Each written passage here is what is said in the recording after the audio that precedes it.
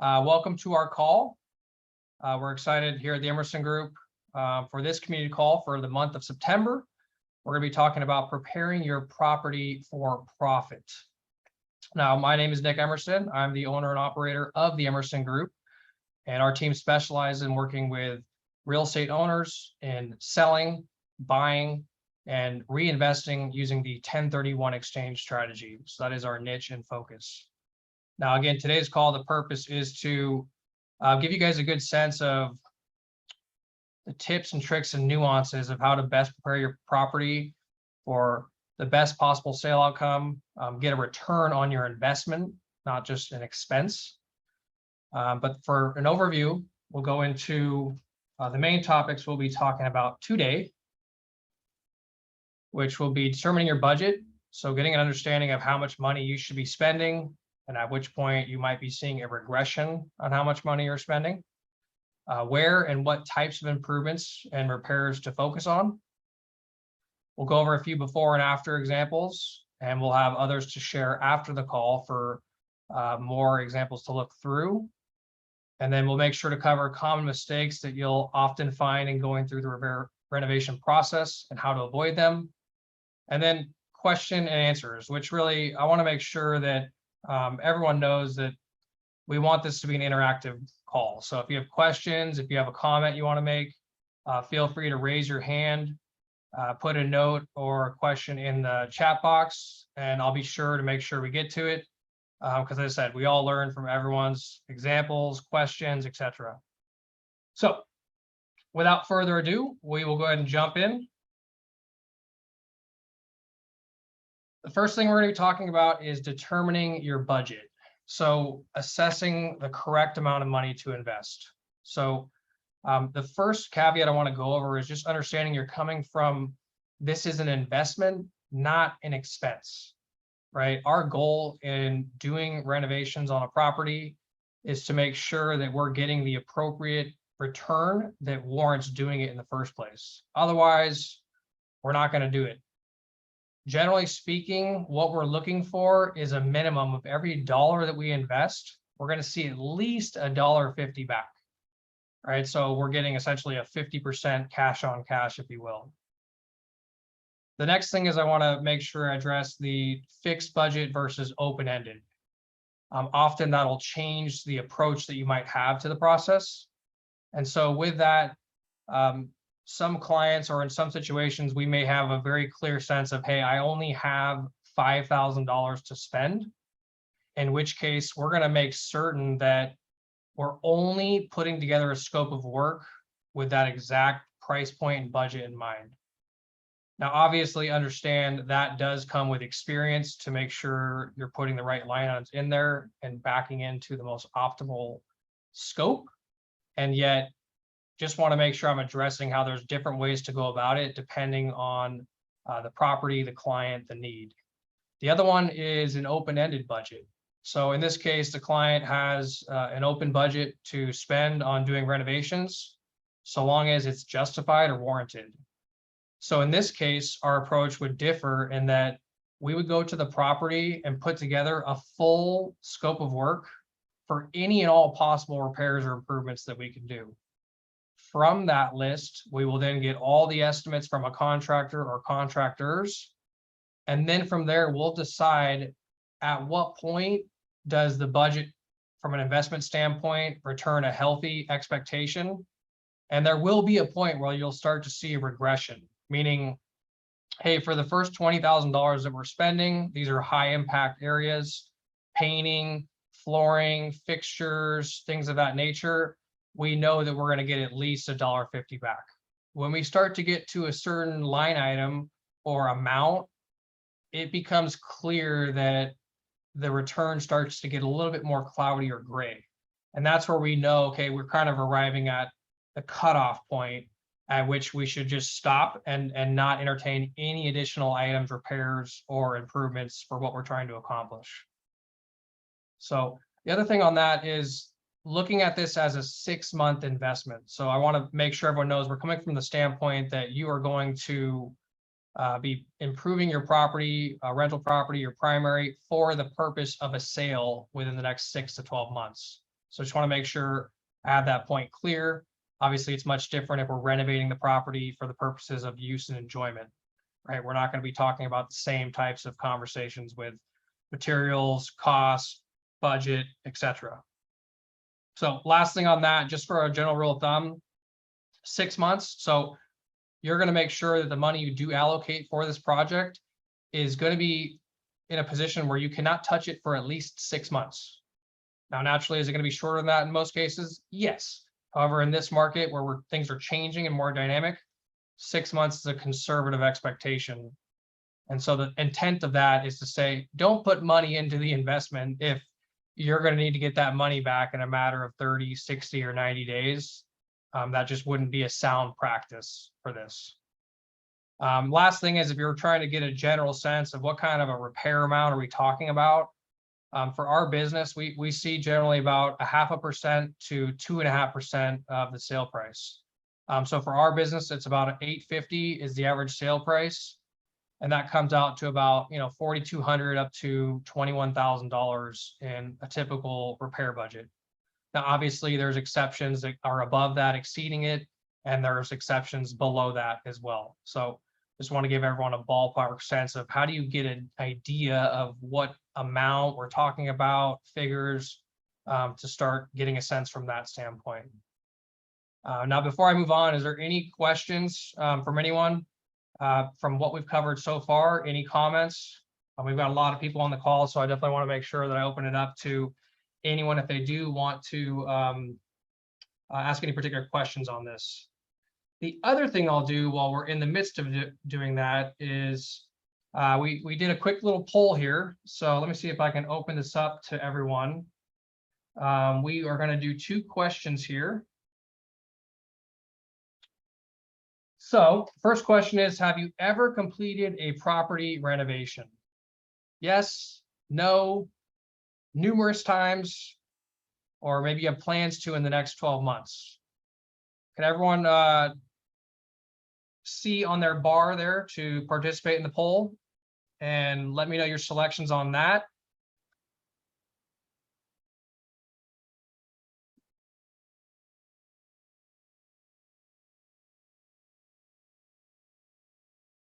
And then the other question is, when completing property repairs and improvements, what has been the biggest pain point?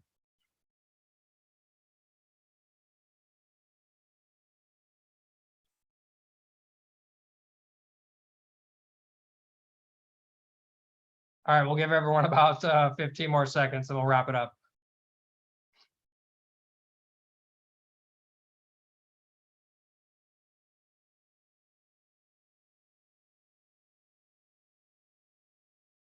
Okay, we're gonna go ahead and share the results. So we have property renovation, yes. 4 people there, no, 2 people, numerous times, we got a couple. And then it's for no for the next 12 months. Let's see, for when completing property repairs and improvements, what's been the biggest pain point? So looks like pretty evenly as far as the cost of it, and then the contractor communication and expectations. I think there's probably no surprise there. Let's see, we have a hand raised. So it looks like Nancy has a question. Do you have suggestions for what major renovations to do if I plan to stay in my home for 10 years? So Nancy, I'll be sure to address that question at the end of the presentation. Thank you so much for your question. I'll be sure to get back to that. All right. And that'll go ahead and close it up for the poll. Thank you guys for your participation on that.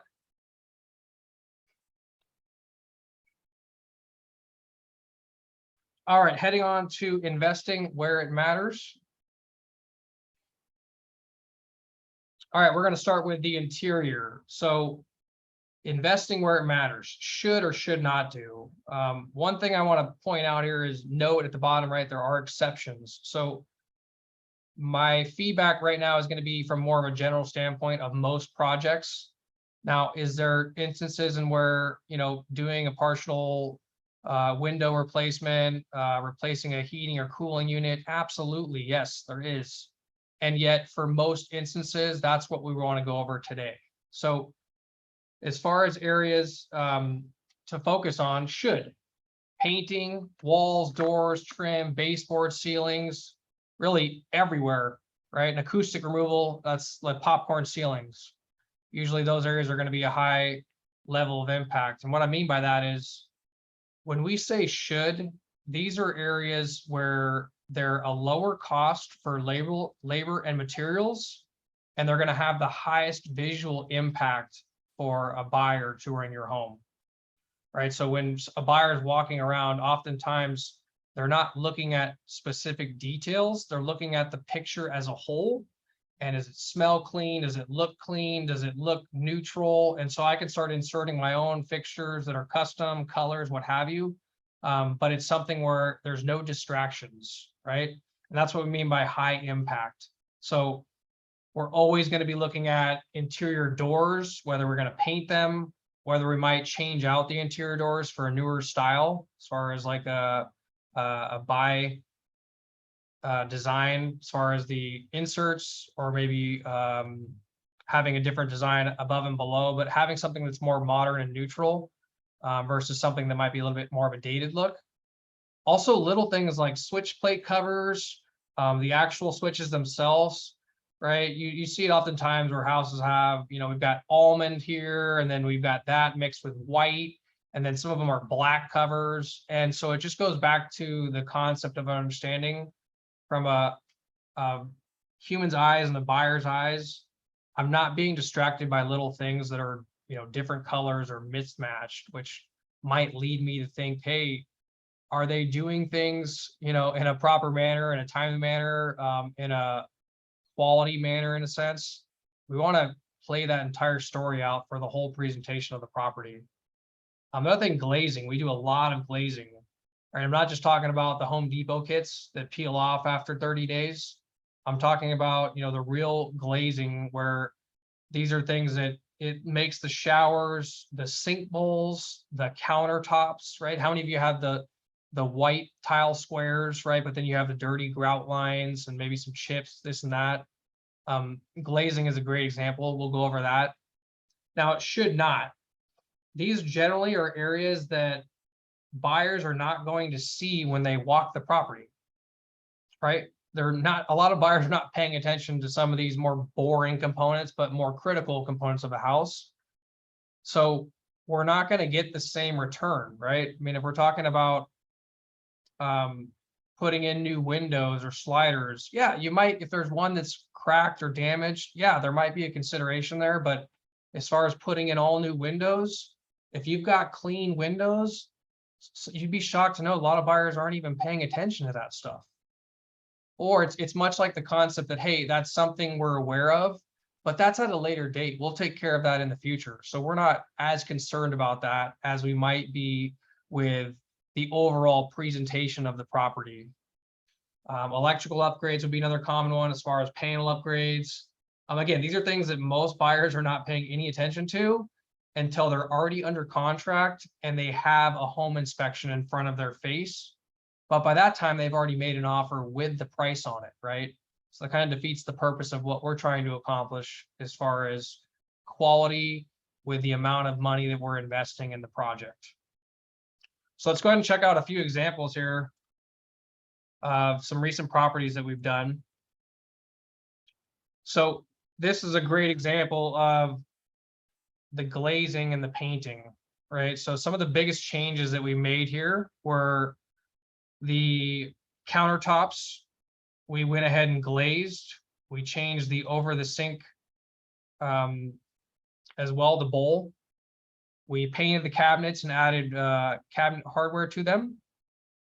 And then we also put in new light fixtures. And then we did a deep cleaning on the grout lines, if you can see on the tile on the floor there. But overall, for a project like this, a total of less than $3,000 was spent to accomplish that. And I think you can agree the presentation looks quite different between the two and can have a huge impact on the outcome you'll have in the sale and how long it might take to sell the property. Any questions on this particular project or something that was done there, let me know. I'll go ahead and be happy to circle back to it. This would be another example. So this is a great example, and I'll touch on this more at a later slide, but when you have a smaller space, you can justify doing more in the space. And what I mean by that is oftentimes we're not necessarily doing all the flooring, but in this case, it was a really small kitchen area. So it made more sense to have an overall impact, and the cost or investment rather was warranted because we got more than enough return as far as the presentation and the offer that we got on the property. So in this example, right, some of the things you'll notice is we took out, the upper cabinet above the refrigerator. We repainted the cabinets, which I'll tell you right now, these were original cabinets, so they're over 30 years old. So that was certainly a challenge in itself, but it still provided a great presentation of the property. Also, you see we updated the hardware. We did a glazing with a speckle on the tile, like I mentioned. So something like that would cost about $400 to $500. And you don't have to worry about replacing countertops or grout or other things that would otherwise still be a cost in that type of improvement. The other thing you'll notice is we did some new lighting, some can lighting, and we got rid of the ceiling fan. We just put a cover plate on it because it was taking away from the perception of the size of the space. But as you can see here, I mean, these are all super cost-effective things with the painting, the flooring, the glazing. Look at my notes here. And for that property, it looks like we were at about $2,400 to make those changes. So as you can see, a tremendous difference in the way it presents and the overall impact and profit you see on the offer that you get at the end of the day. All right, next area we're going to go into is the exterior. So for the exterior, this can be a much more gray area, but really we want to focus more back on the high impact. So lower cost, but overall greater visual presentation impact it would have. So pressure washing everywhere, right? I mean, that's going to be a super cost-effective way to make the property look polished, clean. So we're talking about on all the walkways, in the eaves and the fascia around the roof line, right? All of those areas, even doing that with exception of doing paint can sometimes make a huge impact on just the brightness, the overall presentation. Landscaping, cleanup and spruce up. So really the gray area is going from using something like bark or mulch to starting to do things like adding large trees and shrubs, which if you haven't been in that market, can get super expensive. A 10-foot tree can be $1,000 at a nursery. So those are certainly not going to be things that are going to be a good return. Some other areas would be wood rot replacement, some of the termite stuff. Sometimes we'll get termite reports done, which we can do through our vendors without a cost for the inspection. And then we'll either have them or generally another contractor do the woodwork because generally termite companies make their money on tenting properties, but they make a lot of their profit on subcontracting out the woodwork. So those are things we would do. But again, these are the caveats where we will do some of those things, but if it's too substantial, then it's something we might reconsider. So it's all paired with not only that need, but what does the property as a whole need? If it needs just too much stuff, then we're going to probably have to reel it in and end up doing less, which might sound counterintuitive. But again, some of these things you're not going to get the intended return on because they might not show up in the overall presentation or experience the buyer has when they tour the property. Another one I want to on the should not is the roof replacement or solar installation. Now, roof replacement right now, generally speaking, that cost is about $15,000 to $20,000. Solar installation, I don't know how many of you have solar, but the solar in itself, you could be looking at $25,000 to $30,000. So naturally that would be an example where for every dollar you spend, you would be lucky to get 50 cents back. So we're not going to do something like that when we have plenty of other items that we know will get us at least $1.50 or $2 back for every dollar we spend. And one point on that from an investment I want to point out is you can't get that return anywhere else right now.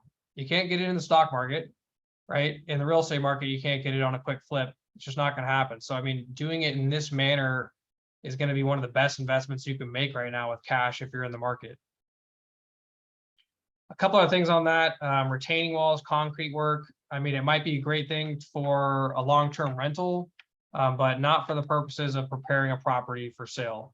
Generally speaking, that's going to be a much higher cost, and it's not going to have the overall impact that something simple as mulch or sod or rock, things like that would be able to provide for a much lower cost. Stucco, we do stucco repairs and patches and try to blend.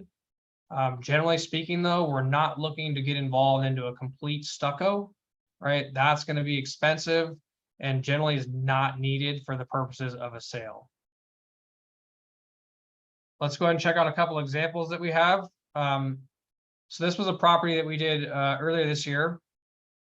And so some of the things that you'll notice is on this one, the grass. So in this case, we had enough time to where we added seed rather than doing sod.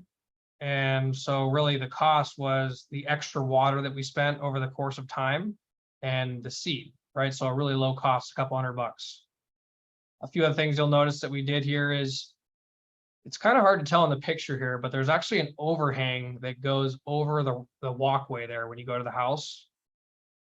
Everyone see that? So we actually got rid of that. And so obviously getting rid of that demo, that's at a very low cost. And then putting a new fascia board on, a new trim. Now that had a huge impact on just the overall style of the house. It made it feel like a much more newer and modern construction versus kind of the older 60s and 70s style. We also on the actual wood, since the majority of this was wood, not stucco, we did do some wood repairs on some of the trim, full paint. And then for the most part, you'll notice with the landscape and vegetation that really we just put some bark chip, which you can't see, but just did a good job of watering it and adding a few other extra plants. We didn't do a tremendous amount of landscaping on here. And I think that's the point I want to convey here, is that you can really make a presentable property for a really low cost. You don't have to go overboard. It's really just simple and subtle, and really using just a little bit of color and something inexpensive like mulch, right? Which is $3 to $4 a bag, if you will. We use the same property on both examples here just because it provided a great blend of all different kinds of things that we did here. We will provide other examples for other properties in a separate link. But in this case, some of the differences you'll notice in this photos between the before and after is same case. We did the seeding with the grass, watered that. Obviously that did wonders. We did a border separation and did some stone over where the large pepper tree is, and just really clean that tree up. The other thing I wanted to point out is the patio area, right? So the patio area, you know, outdoor spaces have really become a lot more popular and more of an emphasis and focus since COVID. We wanted that to be a space that was open and really showcase the yard and how big it was. So for that instance, we took away all the side panels, right? So just demo. And then we changed the top of the roof, if you will, with just some slats, some wood slats, so you could see through it. So it just made it way more open and airy, but still presented as a covered patio and something that you can use for entertainment space. And then outside of that, I mean, you'll notice the landscaping, we didn't really change much else. You can't see on the right side or left here, but there's mulch. But again, we're talking about a couple $100 here and there versus spending, you know, $5,000 on 3 trees and a couple shrubs at a nursery, which is going to have a much lower impact on the overall presentation of the property. Any questions before I dive into the next slide here? Anything that someone wants to touch on or Any other comments? Please do feel free to chime in, raise your hand. I'll be happy to get to them. Nancy, I still got you saved here. All right. So investing where it matters, materials worth investing in. So a lot of this, again, goes to a caveat of, doing it, experiencing it, time on task, and obviously learning from some mistakes. So fortunately for you guys, you get the benefit of learning from some of my painful mistakes over the years. So we'll start with flooring. So some of the things I wanted to point out in the flooring category is just little nuances like clearance carpet versus display carpet. You'd be shocked at how much you can or cannot spend on carpet. I mean, generally speaking, for what we're doing for our properties, we're spending about $1.50 to $2 a foot for the actual carpet. And yet you could spend as much as $6 a foot, no problem. The difference is it making sense versus making no sense from a financial perspective. And that can be the different nuances from one decision to the next that ultimately decide or dictate whether it made sense or didn't make sense. So another example we do is we like to use, there's some really good carpets, neutral tones around that $2 a foot. And then instead of using the low quality that feels like you're stepping on concrete, we make sure to use a higher grade, right? The mid or the higher grade padding below it. So it makes it feel like a more cush, more higher end overall feel to it. Another thing, nuance with that is the flooring of just the space itself. So with tile and with flooring, you can use higher, more expensive product because it's going to be in a much smaller space. And what I mean by that is investing in flooring in the bathroom. Most bathrooms typically are about 5 by 8, 6 by 9. These are, small areas of square footage. So it could be 40 to 80 to 100 square feet. So you can recognize in that space, you could say, maybe I spend $4 or $5 a foot for the tile, and it's something a little bit nicer and higher end. And that could very well be worth it. Right? Those are areas where you can choose to spend a little bit more. Same thing with the shower itself and the shower enclosure. Those spaces are typically, 6 by 6, 3 by 6. So we're talking about, another surface area of maybe 100 square feet. So another area where you could go a higher quality or material type and have a bigger impact. Now, the difference is making sure you're not doing something like tiling the entire flooring, right? That's where it's not going to make any sense. The other example I wanted to point out is learning this the hard way, picking out really nice marble, yet small, like subway type. These were like 3 by 9s or 4 by 8s. The amount of extra time that it takes someone to do that tiling, it was a difference of 2 days versus 10 days, right? So it's pretty substantial and the cost goes way up. So when it comes to doing tiling, yes, you can get nicer, but I would always caution and make sure that you're focusing on using tiles that are larger. So the 12 by 12s, 24 by 24s, it could be 8 by 12 or 6 by 12, but using a larger tile area space so that it's going to cost less in labor, it's going to be much quicker, and it's going to overall make your project way more economical and profitable. The other thing would be sourcing the materials. So we had the benefit of working with Habitat for Humanity on our Keller Williams Red Day this year. And one of the fascinating things I learned by that is that they get all kinds of great stuff in as far as materials, appliances, donations, kitchen cabinets, vanities. And oftentimes, one of the team members was sharing that these are coming from high-end houses in Rancho Santa Fe, where the owner decided they want to make a change to their kitchen and their bathrooms. And there's absolutely nothing wrong with the materials or the cabinets or even the appliances. when we were there, there was appliances that were probably a year or 2 years old that were there, and it was a washer, dryer, a double oven. So just another example where it's like, if you have the time, you can be really resourceful and find some great things at somewhere like Habitat for Humanity. The one we went into is in Kearney Mesa, so that's one of their main locations. Another thing is just using like Lowe's, Home Depot, Floor and Decor, and making sure if you have the benefit to time it during some of these holiday sales, Memorial Day, Labor Day, 4th of July. So we're talking about like the appliance packages, some of the things that are going to be a bigger ticket item where we could drop a couple thousand off if we're able to get it at the right time and the right place.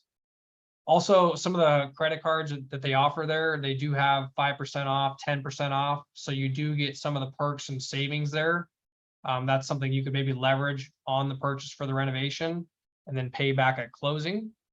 That's another idea. Also, so oftentimes our contractors will have a lot of extra stuff. So for whatever reason, whether they buy in bulk or whether they just overestimated on some of the projects, oftentimes they'll have a lot of door hardware, ceiling fans, vanity mirrors, things like that that'll really help save them time and save us money and ultimately be a win-win for the project. So just some ideas and things to be thinking about, where oftentimes these things don't come up until you start doing these things and start getting more involved in the renovations and the projects and start realizing how some of these things become much more important.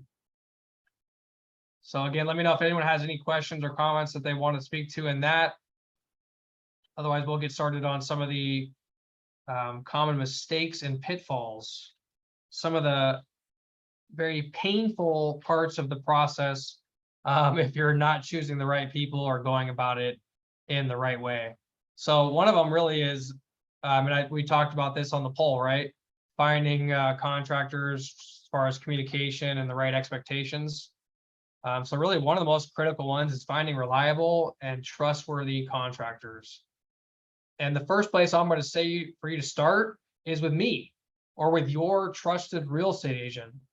If you're working with a strong realtor, they're going to have a super strong network of vendors and allied resources, and they're going to have all the people that you need, whether it's a general contractor or all the general trades and subcontractors that you might need for your projects, for painting, plumbing, flooring, tiling, handyman, roofing repair, landscaping, right? We have all of those vendors in our network. So whether you need it for something you're doing for a renovation for your primary residence, or it's something you're doing for a property sale, that's something that we've established as value for you to save you time and money, and naturally refer us to your family and friends to help out with other needs as far as real estate buying, selling, or investing. So first and foremost, use your realtor. Secondly, use your sphere, your family, your friends, coworkers, people that you know have a good sense of standard, opinion, expectations that you can rely on for their feedback. And then outside of that, another recommendation is the Nextdoor app. Usually finding people that are local in your area, in your neighborhood, as a contractor, that saves them time and money, and they're more likely to want to work with you because you're in a close proximity to them, which it sounds selfish, but the reality is it's true. The further the job is from the contractor, the higher likelihood it's going to take a longer period of time. They're going to do less work as far as checking in on things. And ultimately, it's going to be probably a longer project than anticipated. The other thing is really getting unclear or vague estimates. Has anyone ever dealt with that? I'm sure you have. It's very common. And so it's really important that you understand exactly what you're trying to get accomplished and that it's very clear on paper. We're going to go over a couple of line items and some of the stuff we do with the scope so I can show you that. But again, it's some of the things I've commonly run into in that is that they'll sometimes have open-ended statements, right? Like the cost for this to open up the wall. Anything outside of that will have to be re-estimated. Great. Well, at least what I want to do with that is get a sense of, okay, well, can you explain to me what's the worst case scenario from a general cost estimate to what's the best case scenario. And make sure that you're asking questions and you're adding these things on, because once you start a project, then it becomes out of your leverage or control, right? If that's something you didn't talk about, that can become a point of contention or delay. But again, a lot of these times it comes back to having a reliable and trustworthy contractor. If you're working with the right people, they're going to want to do right by you because they're going to want your referrals and long-term business. So the other thing on that is purchasing materials. One of the things I've learned is that you would think shopping online would be an efficient and effective way to save you time. Well, I've learned that that's not always the case. And what I mean by that is oftentimes you will go to order a huge order online, and within a matter of a couple days, you'll slowly start to get emails back that this particular item is not in stock. It has been taken from the order. This particular item is located at a different store and might take 3 weeks. So take it from someone who spent a lot of time on this, that my recommendation to you is to make sure that if you're doing it online, make sure you're calling the store. Now, if it's just one thing, a faucet, a fixture, that's fine. It shouldn't pose as much of a problem. But what I'm referring to is when you're buying all of the hardware for the project, for all the doors, all the faucets, all the shower hardware, the pulls, the knobs. When you do that, if you're ordering larger quantities, you're best suited calling in and talking to someone and making sure before you place the order, they have it. Because again, it might end up taking you twice as long to do it online because of that. Another example where I would go in the store is ordering interior doors. If that's part of your scope, that's a great example where there's a left-hand swing door, there's a right-hand swing door, there's different size width doors, there's different size heights. So imagine putting together 8 to 10 different doors with different swings and different widths. That could get super complicated, and take it from me, after spending probably 2+ hours online, I went into the store, and that particular thing, I had the gentleman help me build the order out with what I had on writing. So helping leverage people at the store was definitely a lesson I learned, where sometimes going in can be better than online and vice versa. So, and that's another thing that you learn over the course of time. But trust me when I say these can be very frustrating experiences, because they can take a lot of time and often end up with nothing to show for it. The last thing I wanted to touch on is operating with emotion rather than logic. And what I mean by that is we tend to, make decisions in the renovation or improvement space based on kind of our own personal preference, or maybe kind of what our habits are of what we've always bought or purchased. Now, the problem with that is you need someone to check that at the door for you, right? These are business decisions. These aren't something that I go on how I feel or what I think. We need to be making decisions based off of what makes the most sense for the property. Oftentimes we might have a client who wants to do something, and we might tell them, I don't think that's a smart idea, because we know some of these things you're just generally not going to get a return on. Second thing I wanted to mention on that, though, is that a lot of times when you're selling real estate, a buyer is going to find something, no matter what, in a home inspection. Quite frankly, that's a home inspector's job, to find problems. Not to mention they're writing up things based on today's code, 2022. So sometimes we might want to leave some things intentionally so that we can show the client or the buyer that we're doing the work, rather than doing it before they show up, getting no credit for it, and still them asking for us to do things for them. So understand there's some strategy and system involved in that, as far as how to make sure you're doing the right things and making sure you're not being deceptive. You're just making sure, hey, certain things we know are going to get called out no matter what. GFCI outlets near, the appliances or in the kitchen. Those are very common. Hot water heater, all kinds of things with that, with the TP regulator, the pan, having certain height stand, etc. Those things come up all the time. That doesn't mean that we should do them beforehand, because you're not going to get a higher offer because you have a squeaky clean water heater, unless maybe the buyer's a architect or an engineer and that they like that thing. But overall, you get my point. What I want to convey is making sure that you're checking your emotions at the door, and that you're making decisions not based on what you would want in your house, but things that are helping from the overall goal of generating a return on your investment, and also selling the property quicker. I want to make sure people understand the market's changing. Presentation is going to become that much more critical, because buyers will have a lot of choices to choose from. They're going to want to choose the ones that smell nice, look good, and have an overall presentation where they feel like the home has been cared for.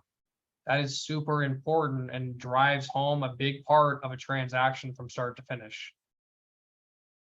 So hopefully that gave everyone a good sense of common mistakes and pitfalls. Let me know if there's anything I didn't mention in that, as far as a mistake or a pitfall that maybe you have dealt with, or anything you might have feedback on.